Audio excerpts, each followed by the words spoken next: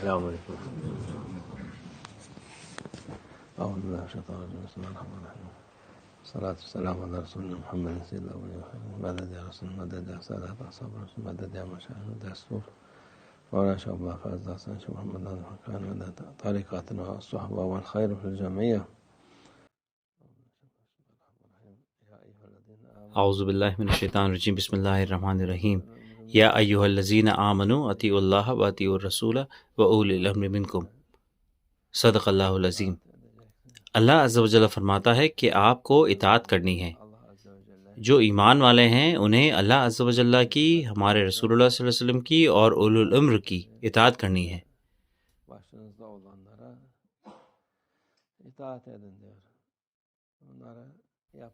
جو لوگ ایسا کرتے ہیں وہ سکون سے رہیں گے. اگر وہ اپنی عقل سے کریں گے تو وہ خود کے لیے پریشانیاں کھڑی کریں گے اور اس کا کوئی فائدہ نہیں ہوگا.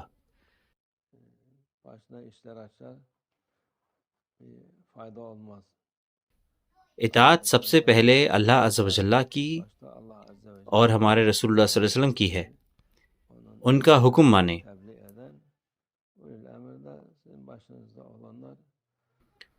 جب تک اولو الامر، جو لوگ آپ کے اوپر مقرر کیے گئے ہیں، وہ آپ کو کفر میں ہونے کو نہیں کہتے، ان کی اطاعت کرنا فائدہ مند ہے. اللہ عز و جل نے انہیں یہ خاصیت اور صفات دی ہے. اسی حساب سے ہر کوئی یہ نہیں کر سکتا. ہر کسی کو اپنا کام کرنا ہے اور دوسرے کے کام میں دخل نہیں دینی ہے. جب تک ہم اس دنیا میں جی رہے ہیں ہر کوئی اپنے راستے پر چلے گا.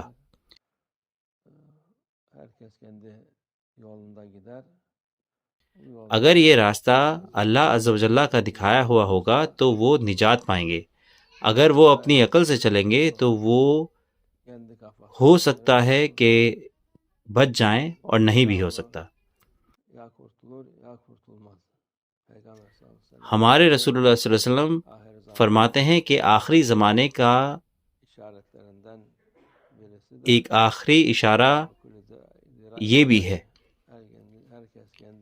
اعجاب کل ذی رائن برائے. ہر کوئی اپنی رائے کو پسند کرتا ہے. ہر کسی کو اپنی رائے پسند ہے اور دوسروں کی رائے پسند نہیں کرتا. یہی جمہوریت ہے. آپ اسے کھلا کہہ سکتے ہیں. کیا ہے یہ لوگوں کو خوش کرنے کے لیے نہیں بلکہ لوگوں کو ناخوش کرنے کے لیے ہے.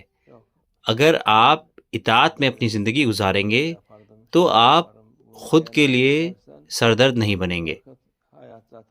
لیکن اگر آپ کہتے ہیں کہ میں ایسا ہوں، مجھے ایسا کرنا پسند ہے، میں ایسا کرتا ہوں، مجھے یہ پسند نہیں ہے، تو آپ کی پوری زندگی پریشانیوں میں گزرے گی اور آپ کو کوئی فائدہ نہیں ہوگا.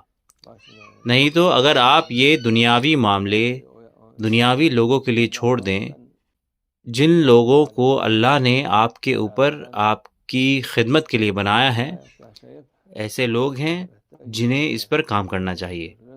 آپ کو خود پر دھیان دینا ہے اور حلال زندگی گزارنی ہے. تب آپ آخرت میں سکون سے جائیں گے، نہیں تو کوئی فائدہ نہیں ہوگا. اللہ ہمیں اطاعت کرنے والوں میں سے بنائے. اطاعت کا مطلب ہے کہ اللہ عز و جل اور ہمارے رسول اللہ صلی اللہ علیہ وسلم کی اطاعت کرنا. جو اپنی نفس کی اطاعت کرتا ہے وہ ہمیشہ پریشانیوں میں رہے گا اور اس کا آخر برا ہوگا. اللہ ہماری حفاظت فرمائے. اللہ لوگوں کو اچھے کام کرنے کی توفیق عطا فرمائے. لوگ آج کل سوچتے ہیں کہ جتنا زیادہ وہ نافرمانی کریں گے اتنا بہتر ہے. لوگ خود کو اور دوسروں کو نقصان پہنچا رہے ہیں. اللہ ہماری نفس کے شر سے حفاظت فرمائے. الفاتحہ.